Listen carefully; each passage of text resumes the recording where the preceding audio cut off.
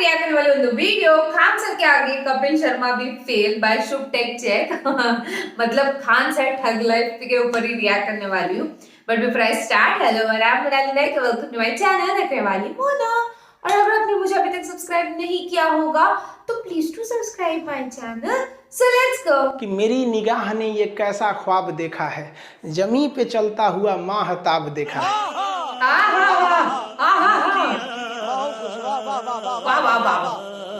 आप ही बताइए ना, कहीं गढ़ा खोद दीजिएगा तो उसमें रोशनी थोड़ी ना जाएगा ज्यादा, गढ़ा में ज्यादा रोशनी नहीं जाता है, थोड़ा ही रोशनी जा पाता है। तो चंद्रमा की सतह जो है ना पूरी तरह से गढ़ा है, इसीलिए हमारा जो चंद्रयान गया था या फिर ज्यादातर जो भी चंद्रमा पे उतारे जाते हैं यान, उस सूर्य ज्यादातर गढ़वे में गिर जाते हैं सर, और वो अपने संपर्क को खो देते हैं सब। तो चंद्रमा की सतह अगर आपसे कोई कह दे तो बराबर नहीं है, वो कैसा है, गढ़ा गढ़ही है, और इन गढ़ों में चंद्रमा पे सूर्य का प्रकाश नहीं जा पाता है, जिस वजह से ये गढ़े जो होते हैं वो धुंधला दिखता है। तो चांद जो है ना वो धुंधला दिखता है। तो लोग कहते हैं चांद में दाग है, कोई अलग अलग कहानियां सुनाता है, अलग अलग राज्यों में अलग अलग कहानियां प्रचलित है कि चांद पर दाग आया क्यों था।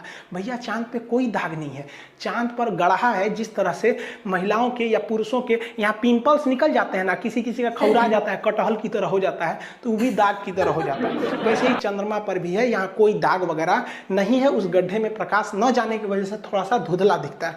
इंग्लिश में इसे क्या कहते हैं, मून कहते हैं, और हिंदी में चंद्रमा। उर्दू में क्या कहते हैं, इसे महताब कहा जाता है। कहते हैं ना कि मेरी निगाह ने ये कैसा ख्वाब देखा है, जमी पे चलता हुआ माहताब देखा है। समझ में आ गया कि नहीं? यूट्यूब है, इस पे थोड़ा सा शायरी कम होना चाहिए, हमको लगा एप्लीकेशन है। चंद्रमा का बहुत महत्व है। सोचरा बचपन में मम्मी क्या कहती है कि चंदा मामा, बचपन में क्या कहती है, चंदा मामा।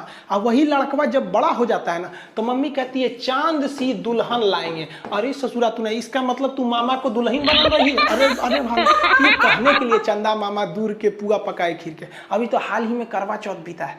करवा चौथ में पत्नी अपने पति को चलनी में देखती है, फिर चांद को देखती है, और गर्लफ्रेंड अपने बॉयफ्रेंड को चायछन्नी में देखती है, क्योंकि उसका पावर कम है तो फिर सामान भी छोटा होना चाहिए।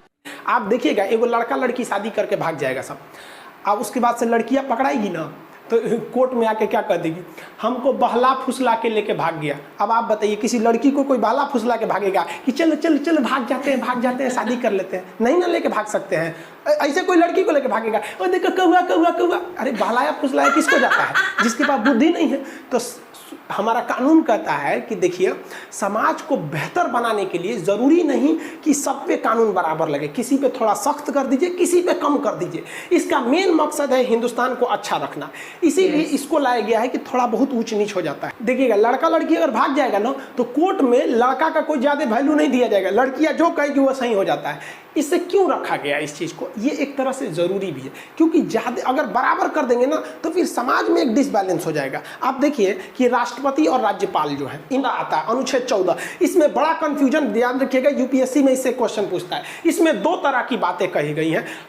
एक कहा गया है कि कानून के समक्ष समानता, यानी कानून के आगे सब बराबर है। इसीलिए कानून पे देखेंगे ना, एक पट्टी लगा रहता है, और तलवार ली रहती है, तराजू, कहती है कि हमारे आंख पे पट्टी है। अब तुम आगे राष्ट्रपति हो कि चपरासी हो, ऊंचे जाति के हो, दलित हो, मुस्लिम हो, जैन हो, कोई मतलब नहीं, गलती किया छपाक दे काट देंगे।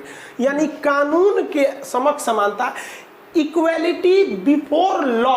बिफोर का मतलब पीछे नहीं, बिफोर का मतलब सामने नहीं, देखते अपोजिट मतलब सामने। तो कानून के सामने सब बराबर है।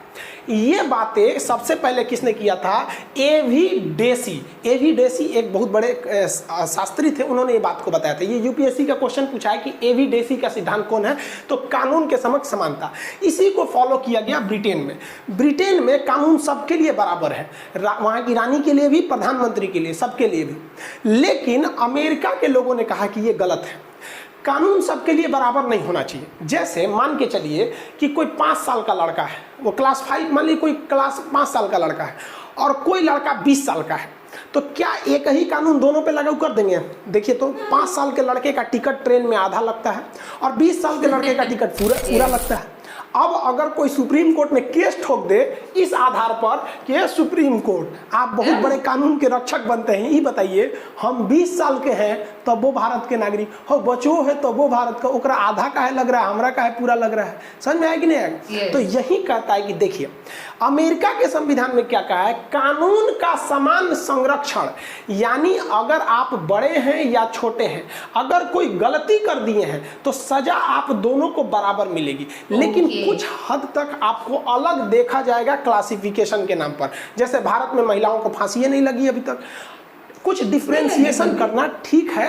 ये क्यों ठीक है? क्योंकि समाज को एक बेहतरीन बना के रखने के लिए। आप देखिएगा एगो लड़का लड़की शादी करके भाग जाएगा सब, अब उसके बाद से लड़कियां पकड़ाएगी ना तो कोर्ट में आके क्या कर देगी, हमको बहला फुसला के लेके भाग गया। अब आप बताइए किसी लड़की को कोई बहला फुसला के भागेगा कि चलो चलो चलो भाग जाते हैं शादी कर लेते हैं? नहीं ना लेके भाग सकते हैं। ऐसे कोई लड़की को लेके भागेगा, और देखो कौआ कौआ कौआ, अरे बहलाया फुसलाया किसको जाता है? जिसके पास बुद्धि नहीं है। तो हमारा कानून कहता है कि देखिए समाज को बेहतर बनाने के लिए जरूरी नहीं कि सब पे कानून बराबर लगे, किसी पे थोड़ा सख्त कर दीजिए, किसी पे कम कर दीजिए।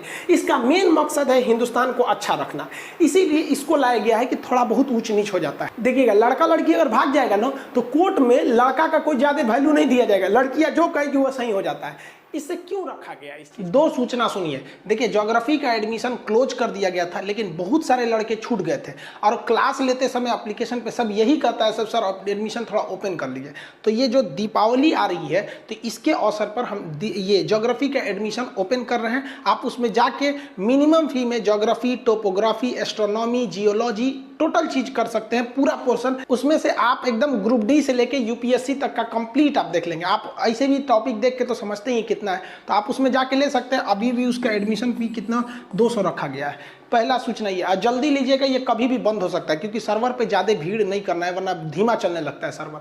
दूसरी बात कि जो लोग कॉल कर करके ऑफिस टीम को परेशान कर दिए कि खान सर से कहिए हमारा थोड़ा सा स्पॉन्सर कर दे, भाई हमने किसी का स्पॉन्सर नहीं करते, हम खुद के बारे में कभी बोलबे नहीं करते तो आपका कहाँ से बोलेंगे। दूसरा ये लोग परेशान करते हैं लोग कि सर आप हमारे पास इतने पैसे ले लीजिए, हमारे यहाँ आके पढ़ाइए। भाई हम कहीं नहीं जा सकते हैं, तो इसलिए आप प्लीज़ परेशान मत किया कीजिए। इतना परेशान कर देते हैं लोग कि ऑफिस के नंबर को ऑफ करना पड़ता है और फिर स्टूडेंट्स को प्रॉब्लम हो। हम यहाँ प्रचार नहीं कर सकते किसी का, और दूसरा हम कहीं नहीं जा सकते, हमें कोई ले नहीं जा सकता। आप कीमत की बात छोड़िए, हिंदुस्तानी है, हमें प्यार से बुलाया जाता है, खरीद तो कोई नहीं सकता है। जिसके रीजन भी है, अगर हमको कोई करोड़ में खरीदेगा तो कल को वो हमारी फीस 200 रुपये तो रखने नहीं देगा, फिर गरीब लड़के मारे जाएंगे। इसलिए आप इसको समझेंगे, एडमिशन जल्दी से लेना होगा जिनको लेंगे, वरना ये फिर बंद हो जाएगा। मिलेंगे नेक्स्ट क्लास में। जय हिंद। एक नंबर जो एंड में उन्होंने कहा, उन्होंने दिल जीत लिया, जहाँ पे उन्होंने कहा कि हमको कोई खरीद नहीं सकता, हम हिंदुस्तानी है, हमको प्यार से सम्मान से बुलाया जाता है, हम चले जाते हैं पर खरीद नहीं सकते। और अगर हम किसी और के पास चले भी गए काम करने के लिए तो वहां पे एक प्रॉब्लम होगी कि फीस में 200 नहीं रख सकता, तो गरीब लोग कैसे पढ़ेंगे। माँ कसम दिल जीत लिया। Oh my God. बस इस एक वीडियो का मुझे ऐसा लगा कि उन्होंने रिपीटेटिव रखा, वो जो लॉ वाला जो चीज था वो जरा ज्यादा लंबा रखा, जिसमें मुझे लगता है मैंने लास्ट टाइम जिस पे रिएक्ट किया था उसमें बहुत सारे फनी मूवमेंट्स थे। ये वीडियो भी छोटा था, ऐसी बात नहीं है, बट थोड़ी सी लंबी कर दी गई थी। अभी चांद की बात करूं, जिस तरीके से उन्होंने कहा चांद का बहुत महत्व है, जिस तरीके से मम्मी जो थी वो चांद को देख के ही वो करती है, बट गर्लफ्रेंड चन्नी में दूसरा वाला चन्नी, वो चाय पत्ती वाला पावर थोड़ा कम है ना, इसलिए बचपन में कहा जाता है चांदो मामा, हम मराठी में चांदो मामा कहते हैं। तो और बड़े वाले क्या बोलते हैं, चांद सी बीवी लाना। चांद पे दाग नहीं है, गड्ढे है गड्ढे। उनका सिखाने का जो तरीका है वो मुझे बहुत ज्यादा फनी लगा। और जो लॉ वाली चीज भी वो जब समझा रहे थे उसमें जैसे डाला कि लड़कियों को बताया कि लड़कियां बोलती बहला फुसला के लेके गए, अभी कोई उस बहला फुसला सकता है क्या लड़कियों को? आप ही बता, कोई बोलेगा देखो कुआ कुआ करके लेके जाएंगे, बट फिर भी समाज में समानता रहे इसलिए ये लॉ बनाए गए and all that, which was really good. मतलब जिस तरीके से उन्होंने एक्सप्लेन किया मुझे बहुत ज्यादा अच्छा लगा।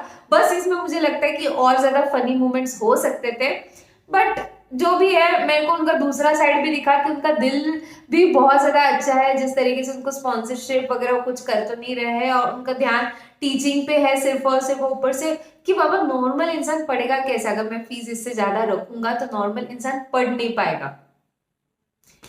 सीरियसली तो एक अलग साइड देखने मिला मुझे, तो which is why I love this video. आपको और दूसरे खान सर के ठग लाइफ और बहुत सारे जो मैंने सेव करके रखे हैं, बट आपको उस पर रिएक्शन चाहिए तो इस वीडियो को ज्यादा से ज्यादा लाइक करो, ज्यादा से ज्यादा शेयर करो गाइस, ताकि आपके व्यूज पे मुझे पता चलता है मेरे ऑडियंस को क्या देखना पसंद है क्या नहीं। तो मैं आती हूँ रोज वीडियोस के साथ, so don't forget to like and subscribe and drop a comment in the comment section below. बाकी परत नहीं आनी।